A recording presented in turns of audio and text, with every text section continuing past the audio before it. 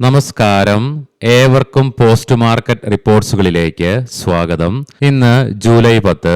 അങ്ങനെ തുടർച്ചയായി ഇന്ന് രണ്ടാമത്തെ ട്രേഡിംഗ് സെഷനിലും ഇന്ത്യൻ മാർക്കറ്റിന് നേട്ടത്തോടുകൂടി തന്നെ വ്യാപാരം അവസാനിപ്പിക്കുവാനുമായി, മാത്രമല്ല നിഫ്റ്റിക്ക് വീണ്ടും 24,200 എന്ന ലെവലിന് മുകളിലായിട്ട് ക്ലോസിംഗും രേഖപ്പെടുത്തുവാനുമായി കഴിഞ്ഞ വെള്ളിയാഴ്ച ഇതേ സമയം 24,270 എന്ന ലെവലിൽ ട്രേഡിംഗ് അവസാനിപ്പിച്ച നിഫ്റ്റിക്ക് കഴിഞ്ഞ ബുധനാഴ്ച നേരിടേണ്ടി വന്ന ശക്തമായ ഇടിവിനെ തുടർന്ന് അതിന്റെ രണ്ടാഴ്ചത്തെ നേട്ടം ചോർന്നു പോയെങ്കിലും ഇന്നലെയും ഇന്നും തുടരുവാനായ നേട്ടത്തിന്റെ ഫലമായിട്ട് നഷ്ടത്തിന്റെ ഭൂരിഭാഗം പോയിന്റുകളും തിരിച്ചു പിടിക്കുവാനായെങ്കിലും വീക്കിലി ബേസിസിൽ നഷ്ടത്തോടുകൂടി തന്നെയാണ് ട്രേഡിംഗ് അവസാനിപ്പിക്കേണ്ടതായിട്ടും വന്നത്. ലീഡിംഗ് ആയ എല്ലാ ഇൻഡസ്ട്രീസുകളിലും ഗ്യാപ്പ് അപ്പ് ഓപ്പണിംഗ് തന്നെയായിരുന്നു ഇന്ന് ലഭ്യമായിരുന്നതും. മാത്രമല്ല ഇന്ന് വളരെ നാരോ റേഞ്ചിലായിട്ടുള്ള ട്രേഡിംഗ് റേഞ്ച് നിഫ്റ്റിയിൽ ക്രിയേറ്റ് ചെയ്യപ്പെട്ടുമുള്ളൂ, ഏകദേശം 107 പോയിന്റുകൾക്ക് അടുത്ത്. എങ്കിലും ഗ്യാപ്പ് അപ്പ് ഓപ്പണിംഗിനെ തുടർന്ന് 244 പോയിന്റുകളുടെ നേട്ടത്തോടുകൂടി ട്രേഡിംഗ് അവസാനിപ്പിക്കുവാനായപ്പോൾ സെൻസെക്സിന് 827 പോയിന്റുകളുടെ നേട്ടത്തോടുകൂടിയും ബാങ്ക് നിഫ്റ്റിക്ക് 793 പോയിന്റുകളുടെ നേട്ടവും കൈവരിക്കുവാനായി. ബെഞ്ച് മാർക്ക് ഇൻഡസ്ട്രീസുകളെക്കാളും ശക്തമായ പെർഫോമൻസ് ആണ് ഇന്ന് ബോർഡർ മാർക്കറ്റ്സുകൾ കാഴ്ചവെച്ചത്. നിഫ്റ്റി സ്മോൾ ക്യാപ്പിന് 1.55%, മിഡ് ക്യാപ്പിന് ഫ്രഷ് റെക്കോർഡ് ഹൈ ക്രിയേറ്റ് ചെയ്തുകൊണ്ട് 869 പോയിന്റുകളുടെ നേട്ടത്തോടുകൂടി 63,000 എന്ന സൈക്കോളജിക്കൽ ലെവൽ മറികടന്നുകൊണ്ട് 63,076 എന്ന ലെവലിൽ ഇന്ന് എത്തിച്ചേരുവാനുമായി ഇൻട്രാഡേ ബേസിസിൽ. ഇതിലേക്ക് പ്രധാനമായും നയിച്ചത് എസ്പെഷ്യലി കല്യാൺ ജ്വല്ലേഴ്സിലൊക്കെ തുടർച്ചയായി ഇന്ന് മൂന്നാമത്തെ ട്രേഡിംഗ് സെഷനിലും അനുഭവപ്പെട്ട ശക്തമായ റാലിയും മറ്റ് ഒട്ടനവധി മിഡ് ക്യാപ് സ്റ്റോക്കുകളുടെയും ശക്തമായ പെർഫോമൻസ് മൂലം തന്നെയായിരുന്നു. NSEയുടെ അഡ്വാൻസ് ഡിക്ലൈൻ റേഷ്യോയിൽ ഇന്ന് 2,104 സ്റ്റോക്കുകൾക്ക് നേട്ടത്തോടുകൂടിയും അതേസമയം 876 സ്റ്റോക്കുകൾക്ക് മാത്രമേ നഷ്ടത്തോടുകൂടിയും ട്രേഡിംഗ് അവസാനിപ്പിക്കേണ്ടതായിട്ട് വന്നുള്ളൂ. സെക്ടർ വൈസ് നോക്കുമ്പോൾ ഇന്ന് മെറ്റൽ ഇൻഡെക്സിന് 1.5%, നിഫ്റ്റി ബാങ്കിന് 1.4%, അതേസമയം oil and gas, private bank, energy, infrastructure, consumer durables തുടങ്ങിയ മേഖലകൾക്ക് 1% മുതൽ 1.3% വരെയും, ഓട്ടോ മേഖലയ്ക്ക് 0.72% നേട്ടം കൈവരിക്കുവാനായി. അതേസമയം PSU ബാങ്കുകൾക്ക് ഏകദേശം 4% നേട്ടവും കൈവരിക്കുവാൻ സാധിച്ചു.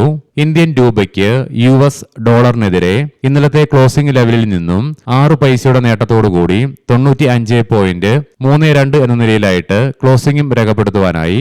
Jio financial, HDFC life, Adani enterprises, SBI life insurance, Reliance industries തുടങ്ങിയ സ്റ്റോക്കുകൾക്ക് ഇന്ന് നിഫ്റ്റി 50യിൽ ടോപ്പ് ഗെയിനേഴ്സ് ആയിട്ട് മാറുവാനായപ്പോൾ doctor Reddy's lab, Eternal, Bharti Airtel, Nestle, Sun Pharma തുടങ്ങിയ സ്റ്റോക്കുകൾക്ക് ഇന്ന് ടോപ്പ് ലൂസേഴ്സ് ആയിട്ട് മാറേണ്ടതായിട്ടും വന്നു. ഇന്ന് ഇന്ത്യയിൽ നിന്നും ജൂൺ മാസത്തിലെ SIP ഇൻഫ്ലോയുടെ ഡീറ്റെയിൽസ് റിലീസ് ചെയ്തു. മെയ് മാസത്തിൽ നിന്നും 2.7%, ഇയർ ഓൺ ഇയർ ബേസിസിൽ 16% വർധനവ് രേഖപ്പെടുത്തിക്കൊണ്ട് ജൂൺ മാസം ഇന്ത്യയിലെ മ്യൂച്വൽ ഫണ്ട് SIPയുടെ ഇൻഫ്ലോ 31,781 കോടി രൂപയായിട്ട് എക്കാലത്തെയും ഉയർന്ന നിലയിലായിട്ടാണ് രേഖപ്പെടുത്തുകയും ചെയ്തത്. എന്നാൽ അതേസമയം ജൂൺ മാസം ഇക്വിറ്റി മ്യൂച്വൽ ഫണ്ട് ഇൻഫ്ലോസിൽ ഉയർച്ച രേഖപ്പെടുത്തിക്കൊണ്ട് 28,973 കോടി രൂപ റിപ്പോർട്ട് ചെയ്തപ്പോൾ ഡെഫ്റ്റ് ഫണ്ട്സിൽ നിന്നും 1 ലക്ഷം കോടി രൂപയുടെ ഔട്ട്ഫ്ലോയുമാണ് നടന്നത് ജൂൺ മാസത്തില്. IC ഇലക്ട്രിക്കൽസിന്റെ സ്റ്റോക്ക് ഇന്ന് IPO പ്രൈസിൽ നിന്നും 68% പ്രീമിയത്തിന്റെ നേട്ടത്തോടുകൂടി NSE SME പ്ലാറ്റ്ഫോമിൽ ലിസ്റ്റ് ചെയ്യപ്പെട്ടു. ഇനി നമുക്ക് ഇന്ന് നമ്മുടെ മാർക്കറ്റിനെ തുടർച്ചയായി രണ്ടാമത്തെ ട്രേഡിംഗ് സെഷനിലും ശക്തമായ നേട്ടത്തോടുകൂടി തന്നെ ട്രേഡിംഗ് അവസാനിപ്പിക്കുവാൻ ഇടയാക്കിയ കാരണങ്ങൾ എന്തൊക്കെയാണെന്ന് വിശദമായി തന്നെ പരിശോധിക്കാം.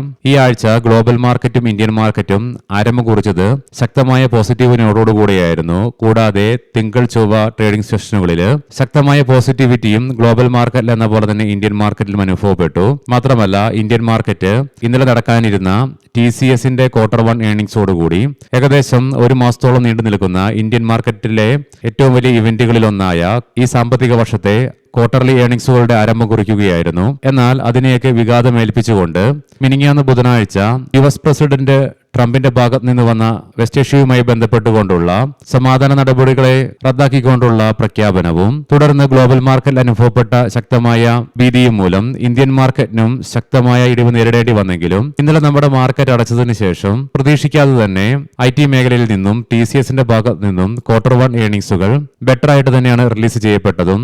രാവിലെ നിന്ന് നമ്മൾ പ്രീ മാർക്കറ്റ് റിപ്പോർട്ട്സിൽ സ്റ്റോക്കിംഗ് ന്യൂസിൽ TCSന്റെ Q1 ഏർണിംഗ്സുകളും കണ്ടിരുന്നു.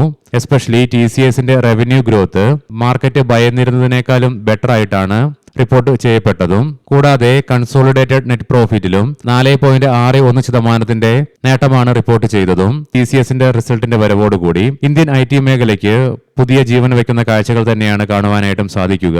തൽഫലമായി ഇന്ന് TCSന് ഏകദേശം 3% നേട്ടം കൈവരിക്കുവാനുമായിരുന്നു ഇൻട്രാഡേ ബേസിസിൽ. പിന്നീട് ഏകദേശം 2% ചോർന്നു പോയെങ്കിൽ കൂടിയിട്ടും എങ്കിലും ഇതിന്റെ ഒരു പ്രതിഫലനം ഇന്ന് ഇന്ത്യൻ IT മേഖലയ്ക്ക് കരുത്ത് പകരുന്ന കാഴ്ചകൾ തന്നെയാണ് കാണുവാനായിട്ടും സാധിക്കുക. നിഫ്റ്റി ITക്ക് ഇന്ന് ഇൻട്രാഡേ ബേസിസിൽ 3.5% നേട്ടം കൈവരിക്കുവാനായെങ്കിലും 2% നേട്ടത്തോടുകൂടി അഥവാ 539 പോയിന്റുകളുടെ നേട്ടത്തിലാണ് ട്രേഡിംഗ് അവസാനിപ്പിച്ചതും.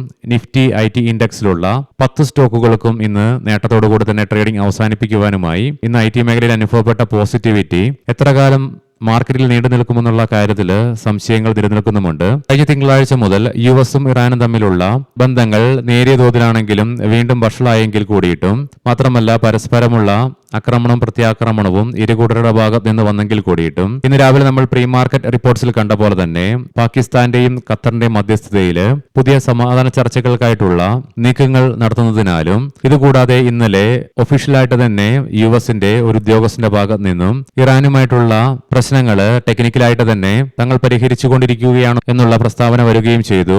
റീസെന്റ് ആയിട്ടുള്ള ടെൻഷൻസ് ഉടലെടുത്തെങ്കിൽ കൂടിയിട്ടും ഇതിനെല്ലാം പുറമെ ഇന്ന് ഗ്ലോബൽ ക്യൂസും വീണ്ടും ശക്തമായി തന്നെ പോസിറ്റീവ് ആവുന്ന കാഴ്ചകൾ തന്നെയാണ് കാണുവാനായിട്ടും സാധിക്കുക.